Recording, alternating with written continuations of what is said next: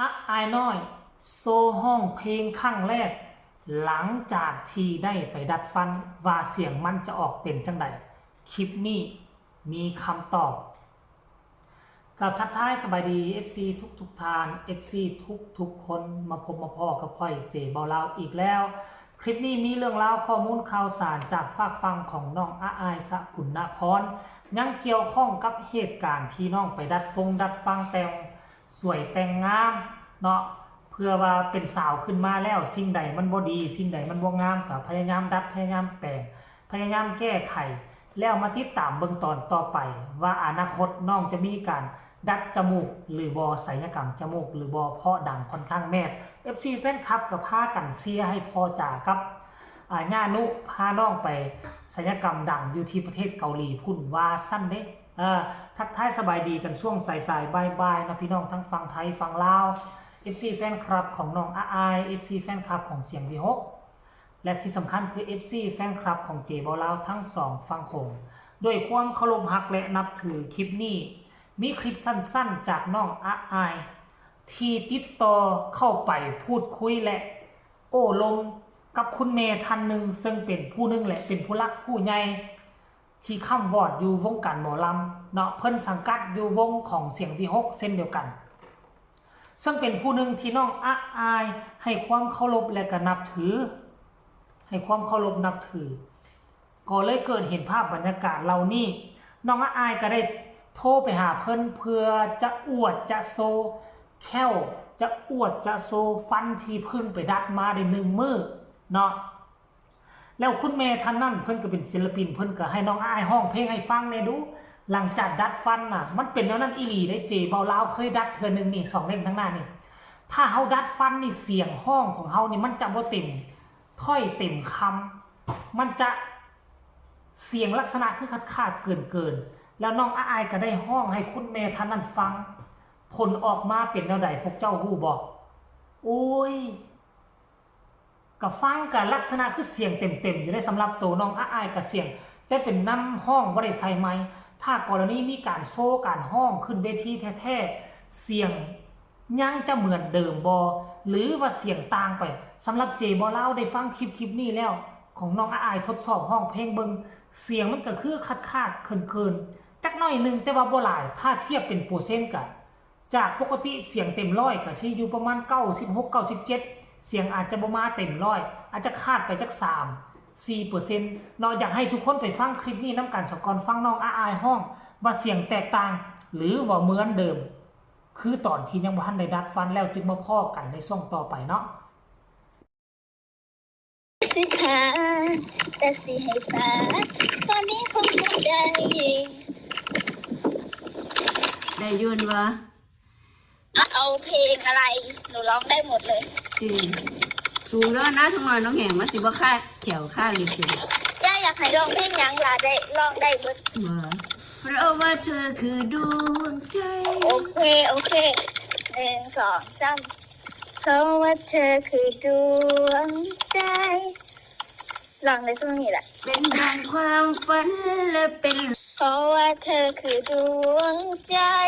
เป็นดังความหวังและเป็นลมหายใจจะอุกอดเธอแม้วันที่เปลี่ยนไปแต่ฉันไม่เปลี่ยนใจเพราะว่าเธอคือดวงใจที่แรกก็สิเอาสีน้ำเงินก็ได้สีฟ้าบันมักสวยอยู่ต้องเอาสีฟ้ากับสีน้ำเงินไปเทียบกันเบิ่งมันก็เลยแบบสีนี้งามกว่าก็เลยมักก็เลยเอาสีฟ้าพ่อก็ไปทำดีเทนเนอร์พ่อได้สีน้ำเงินกับสีม่วงสาวโอเคเดี๋ยวย่าอาบน้ำไปเฮ็ดแว่นตาก่อนเด้อ18,000บ่ให้เอาเงินมายืมแน่มาดามโอนเดี๋ยวมาหาเนี่ยฮะมาหาเนี่ยสีขี้ร่วงไปพุ่นละโอเค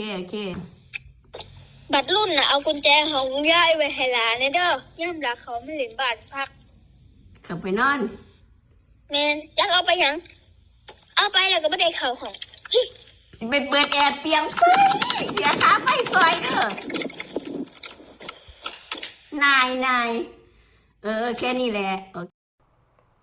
เป็นจังไหนทุกคนท่านผู้ชมที่เคารพฮักทุกทาง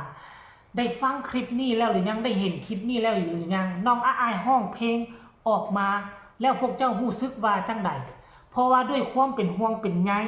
ของศิลปินรุ่นใหญ่เนาะซึ่งเพิ่นผ่านร้อนผ่านหนาวมาแล้วส่วนใหญ่คนเฮาคันมีการดัดฟันเข้าไปมันมีสิ่งแปลกปลอมไปค้ำอยู่บริเวณหนังตัวนี้นะหนังปกติเฮาซ้ำนี่เวลามันมีแนวมาค้ำใส่ในนี่มันก็เป็นอันนี้อยู่เวลาเฮาร้องเพลงน่ะเสียงที่เฮาลดลอดออกมามันก็จะไปผ่านเครื่องต่างๆที่เฮาเอาไปยัดใส่ปากเฮานี่แล้วเฮ็ดให้เสียงของพวกเฮาที่แตกต่างจากเดิมมันก็เลยให้เกิดคลิปนี้ขึ้นมาน้องอายฝึกซ้อมห้องลำทำเพลงประเมินเบิ่งว่าถ้าเฮายังใส่เล็กดัดฟันแบบนี้อยู่เฮาห้องเพลงออกมาแล้วเสียงเฮามันจะเป็นแนวใดถ้ากรณีว่ามันบ่มีการเปลี่ยนแปลงหลายปานใดมันยังสามารถฟังได้และยังมวลไพเราะสนอหูน้องอายก็จะดัดตัวนี้ไปเนาะไปอีกหลายเดือนแหละจนไปฮอดฤดูกาลหน้าพุ่นจนเฮ็ดให้ฟันน้องอายอยู่เข้าที่เข้าทางและน้องจึงจะตัดสินใจเอาออกแล้วเป้าหมายต่อไปจะศัลยกรรมจมูกหรือบอนั่นคือเป้าหมายต่อไปของบรรดา FC แฟนคลับอยากให้น้องอายเฮ็ดแบบนั้น